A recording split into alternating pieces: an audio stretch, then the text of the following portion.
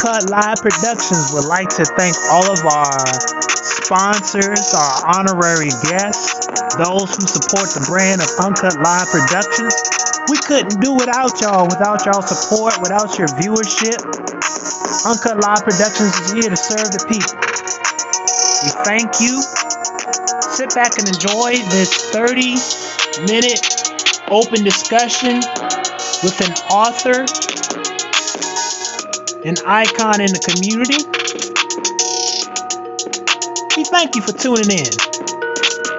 Uncut Live Productions, baby.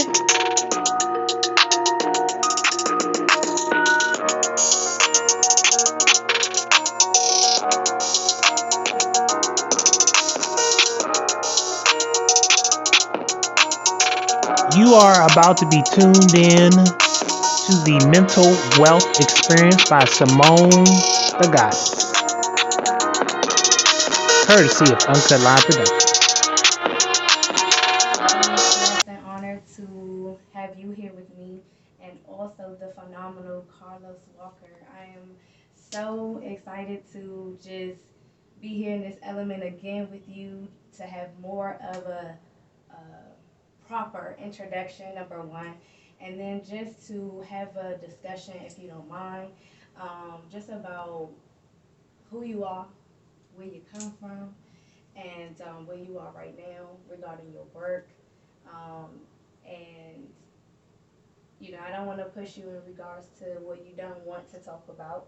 And so this platform is just to have you be the master in regards to how this goes. So again, I appreciate you for being here with me and to the mental wealth experience. So how you feeling today? I'm doing perfect. That's good. I'm so glad to see you again. Hey, You it's didn't. my pleasure. Thank you. We did not get a chance to go in depth about how you got here, but excuse me, y'all. That's rude, right? My mom. Mom, don't call me. But anyway, so we didn't get a chance to really go in depth about how did you get to this place of your art, gracing the walls of Busboys and Poets. Talk a little bit about that. Okay, let's see. Where do I start? Went to prison. Okay. Oh, I started a lot earlier. 8 years old, started drawing. Mm. From 14 to 24, started selling drugs. Mm. 14 to 16, just weed. 16 to 24, crack. And 24 to 37, I went to prison. Mm. Quit selling or quit doing artwork around about 16 and learned a skill, how to hustle. Yes. Also a skill that I got from my mother who just passed on the 30th. But what happened was while I was in prison. Give me 1 second, because Go ahead. somebody's being so disrespectful. It gotta be my mama. Let me turn this off. Sorry, y'all. As you were. While I was there, I created the artwork. And that is how you and I met. Yes. Or how me and him met, how me and Ryan met, Yes. and how me and Hannibal Yes, met. Ramsey. Hannibal connected me to Ryan, who connected me to Ramsey, who connected me to you, who connected me to Mr. Uncut Live himself. himself. Exactly. Absolutely. That's the one thing I love about our community. Look, you going too. Yeah, Look, that's what happens, right? I'm not answering. They'll be alright. I'm gonna just cut this off. So we just keep it rolling, like life happens, right? Mm-hmm. Go ahead, you can. So my artwork, the artwork itself, I done while I was in prison. I did 13 years in prison. Mm. Came home 2.5 years ago. Welcome home. Appreciate you. I just heard. I was listening to Les Brown. Mm. I want to say yesterday morning, or was it this morning? My days been mixed up. And what ended up happening, he was speaking about a Chinese bamboo tree.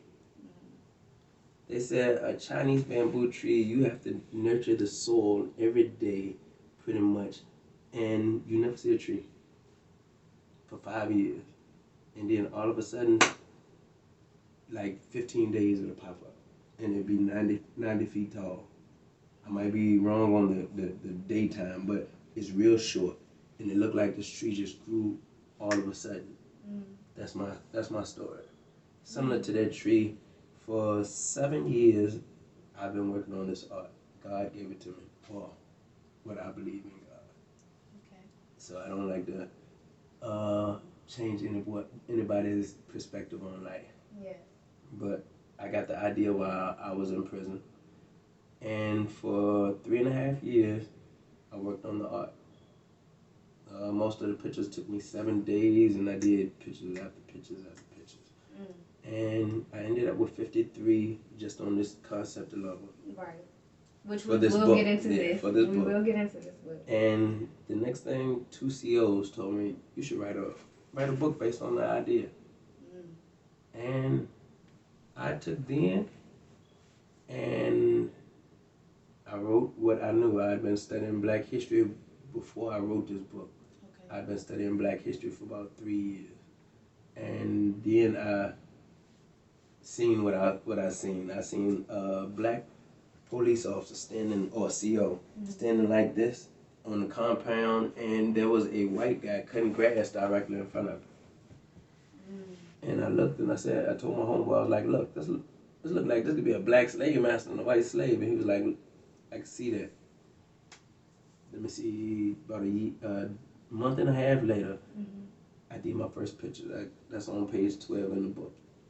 And here we are. I came out of prison 2.5 years ago, March 8th. And from then, I worked. I've had a couple few jobs, but I've been working on getting my artwork out the whole time, pushing. That's a blessing. Like, when I hear a story in regards to just, again, 8 years old, you came into your craft. And then somewhere along your journey, you got introduced to another craft. And just to speak on that, right? Not to go in depth, but just more so for those who may connect with your story, right? And to those who may want to elude your outcome in regards to the trajectory of exactly what happened in regards to leading up to prison, right? So for me, what was the change from saying no to yes? No to yes to what? Regarding the drugs, selling yes. drugs, Yes. or from saying yes to no? More so, yes to the drugs. Like, why was that not necessarily an option, because we know that. Why did I choose but that? why did you choose that? Yes. Okay, I didn't come from the projects. I came from an actual, I ain't even say middle class. I came from a Black community. All of them was workers. My father, when he passed, he was 80 years old. That was in 2020. My mama, she just passed, and she was 79. And I'm 40. And everybody in my community were working people. Now, there are some people that I dealt with, or that I came up with at 14, and they were poor, or it seemed that they was poor because of the way their livelihood. And I hung out with these people. They knew how to get money too. They sold drugs. At least one of my best friend, he sold drugs because he had to. For 2 years, I watched it. I never wanted to sell drugs. I tried it once, messed up. And I was like, yo, I ain't selling no crack, man. I'm cool. I actually gave the dope away. A dude pulled up and was like, yo, they know me. And I was like, hey, huh. He was like, yo, just give it to me, tell him, hey, who I am, blah, blah. Wow. And I gave it away. So I get back, my man, he was like, yo, what you do? Kind of like beat me up mentally. But I was like, you know what? Yeah, I was like, you know what? I ain't into that. Smoke weed, watch my man. For about 2 years, my father, my role model, Just let you know. Yeah. Yeah, I got a tattoo that talks about him. Okay. This tattoo said, Pop's little nigga. Mm. I am my father's son, basically. Okay. But that's one of his favorite words, so I look. You kept with look, I see his probably, memory. I see it Okay. probably more than anybody. But Okay. what I do know is that he told me one day, he said, we got into an argument. I used to be real bad when I was a kid, especially to my parents. And he told me he wasn't going to do nothing for me. We had been selling like little dummies, cutting peanuts up and selling them. And yeah, I used to sell them for weed, just get a little weed money. Crackheads used to chase us and everything. Look, oh man, this was horrible. He told me he wasn't going to give me no more money, so what I did, I cut up some peanuts, and me and my cousin, we went and sold them. I ended up with, I think it was like $100. He ended up getting the rest of the money, and we went and we sold. We ended up shooting dice with some of my cousins. I ended up coming up. I bought my first pair of Timbs, and I bought a 50 deal. And from then, I never turned back. Understood. But it was out of a necessity of my father telling me what he won't gonna do. Did you believe it? I guess in that I did, in that sense. But it wasn't true. But I was bad, so it turned my life around. It got your attention. Understood. Okay, so I appreciate you saying that. In regards to, thank you, Ray. In regards to moving along, as far as like, because you said between 14 and 16, right? At 16, you stopped drawing. Okay. So all up into there, was there, what passions did you have regarding your art? Where did you see yourself when it came to your dream? I didn't know. Okay. Because I'm from Halifax County, but I stay in Cody. And Halifax County. It's Southern Virginia. Okay. Yeah, it's real deep. Okay. So I didn't know black artists. I met one, and I can say he made a pivotal point in my life, and I didn't know it then. 14 years old, I had my first job, and what ended up happening, I met the artist. He was a black artist. He showed me something that I continue now. In every picture almost, my initials are in my art. On here, you see a C right there, and that's the W. Oh, okay.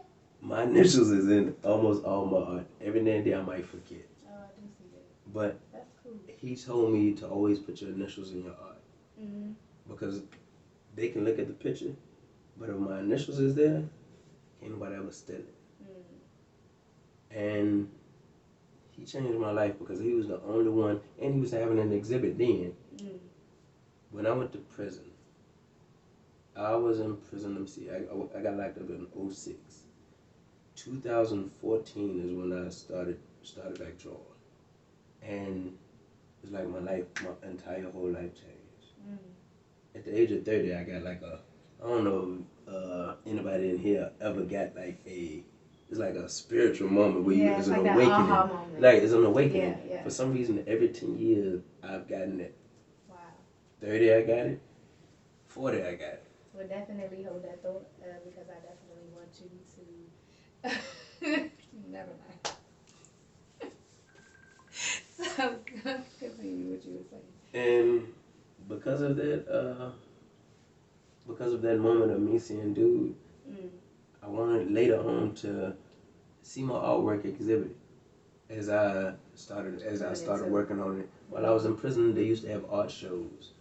Really? Yeah, and I used to take this artwork and put it up and make sure that it was seen. And I would go down there early in the morning and envision myself having an exhibition out here.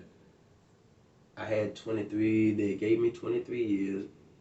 They ran 3 concurrent, so I was sitting there with a 20-year sentence.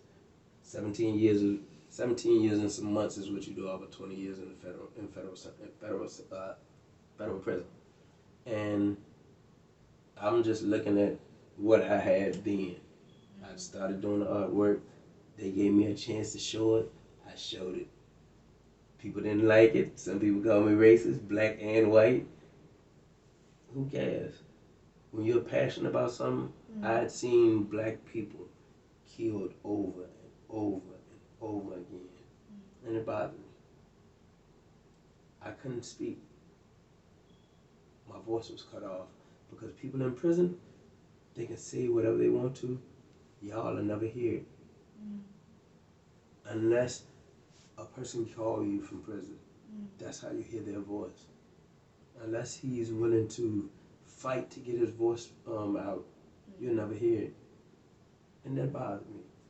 I had stuff that I wanted to say about us, about our people. Stuff that bothers me now. I'm traumatized. And so are y'all probably. Because of our past. But I also know that we are powerful.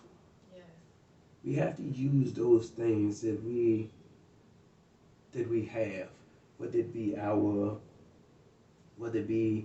voices, our artwork, who we are, the way you look. All this stuff has to be pronounced and pushed, because otherwise nothing changes. That's profound.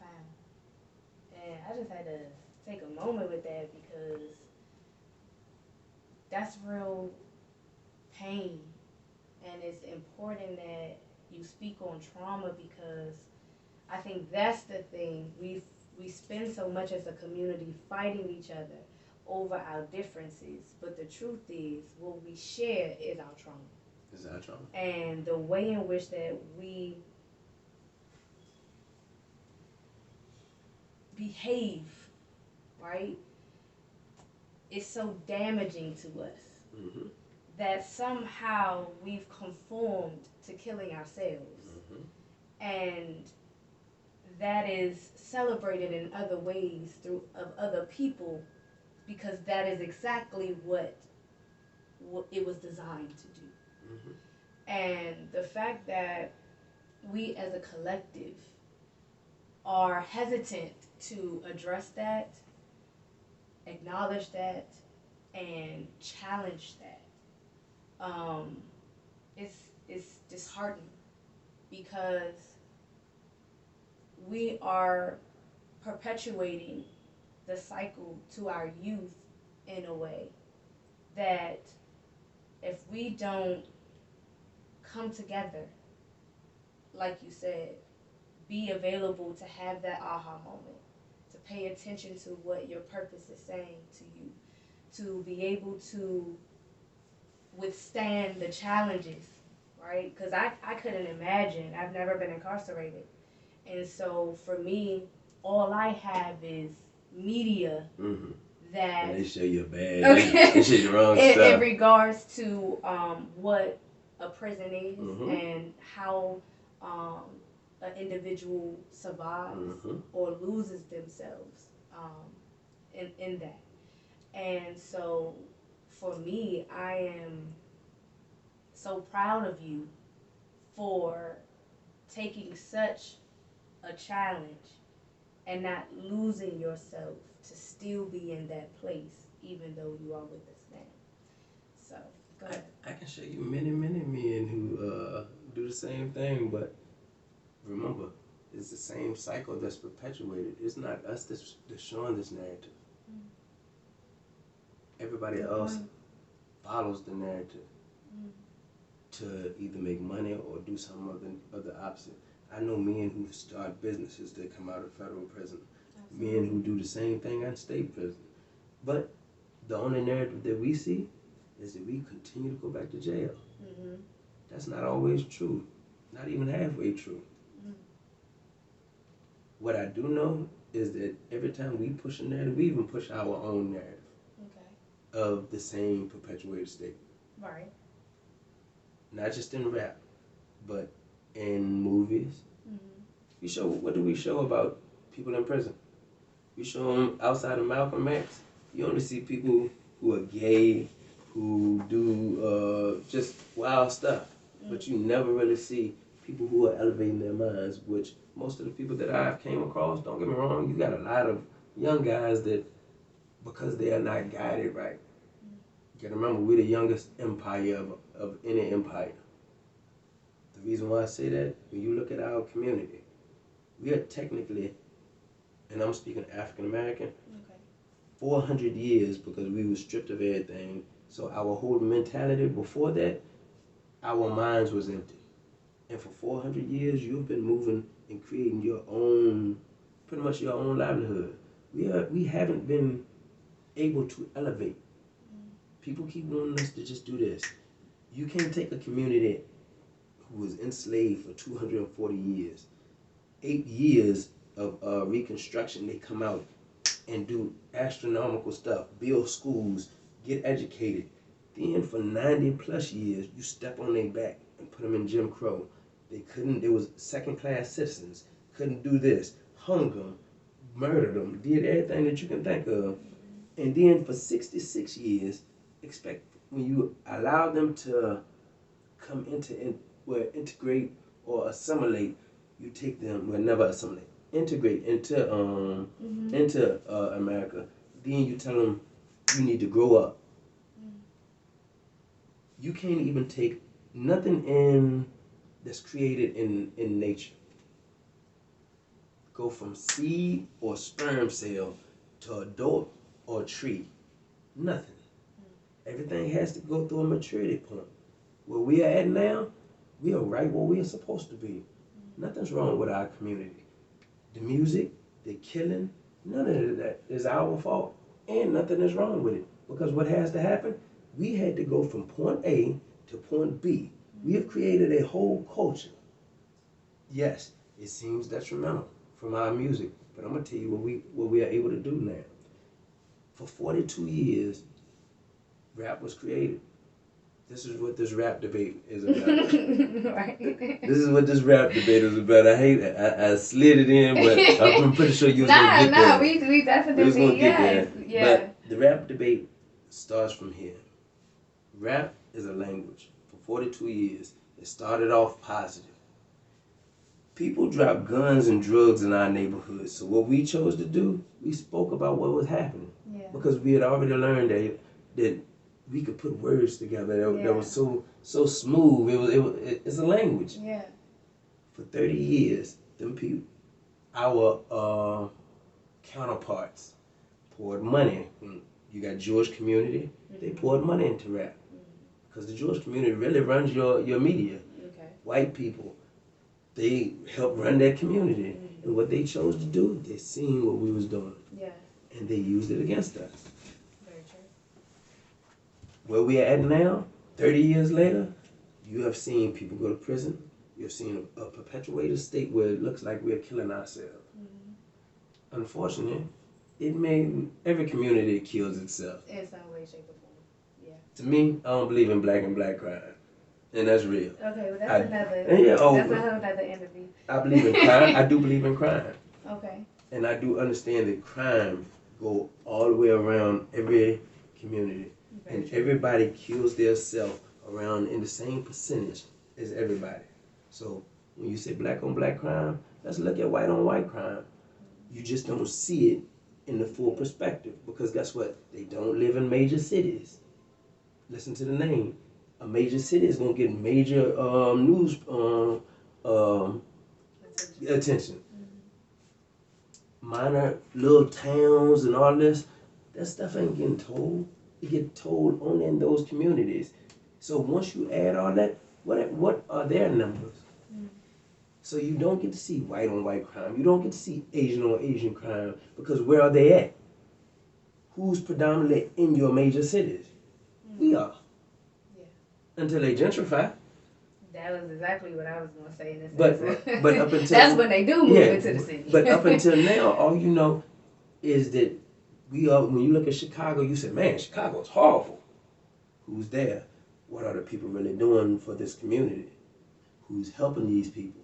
Washington, D.C., Maryland, Baltimore. If you're not really focusing, you got people in those cities who are fighting hard for their selves, but who outside of that is helping these people? Nobody. Well, the one thing I will say is I feel that we absolutely have an accountability to ourselves, right?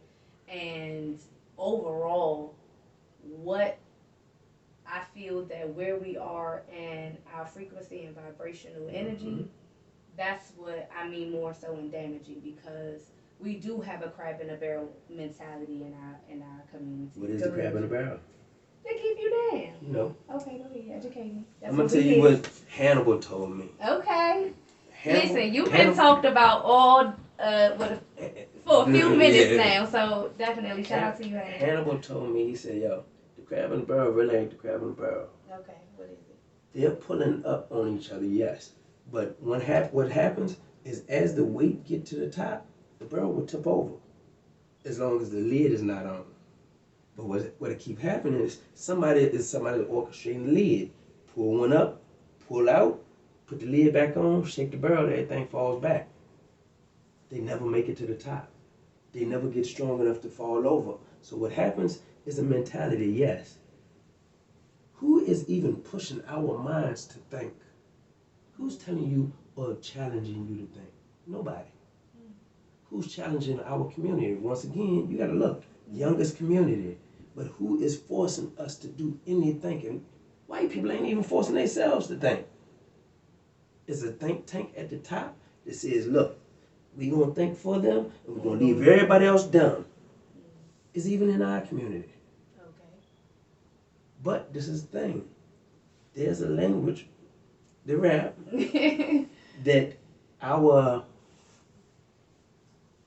I'm gonna say impoverished communities listen to. Yes. This is their language. They listen to it more than anybody probably, and they try to live it. Yes. Everybody else, they alright. But these people, this is their language. This is just like cursing. Curse words really ain't even curse words. Curse words were only there. Curse words was only there because they was the lower people's language. And the higher ups was like, yo, that is a bad language. That's how they look at rap. Rap is not a bad language.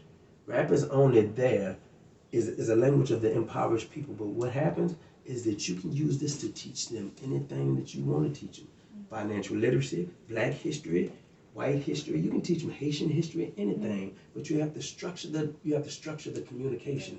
It's only been damaging because it's went inside the nation, outside the nation.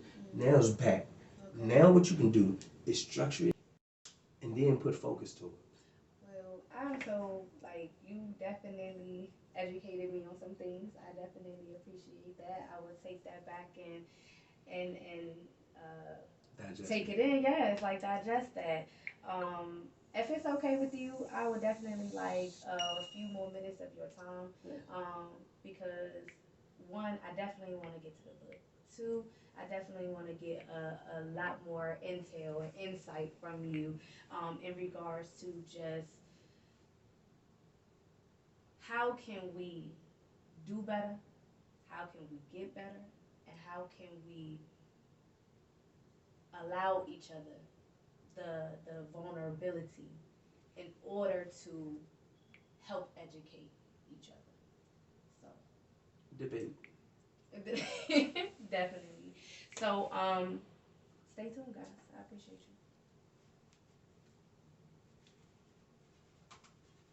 you.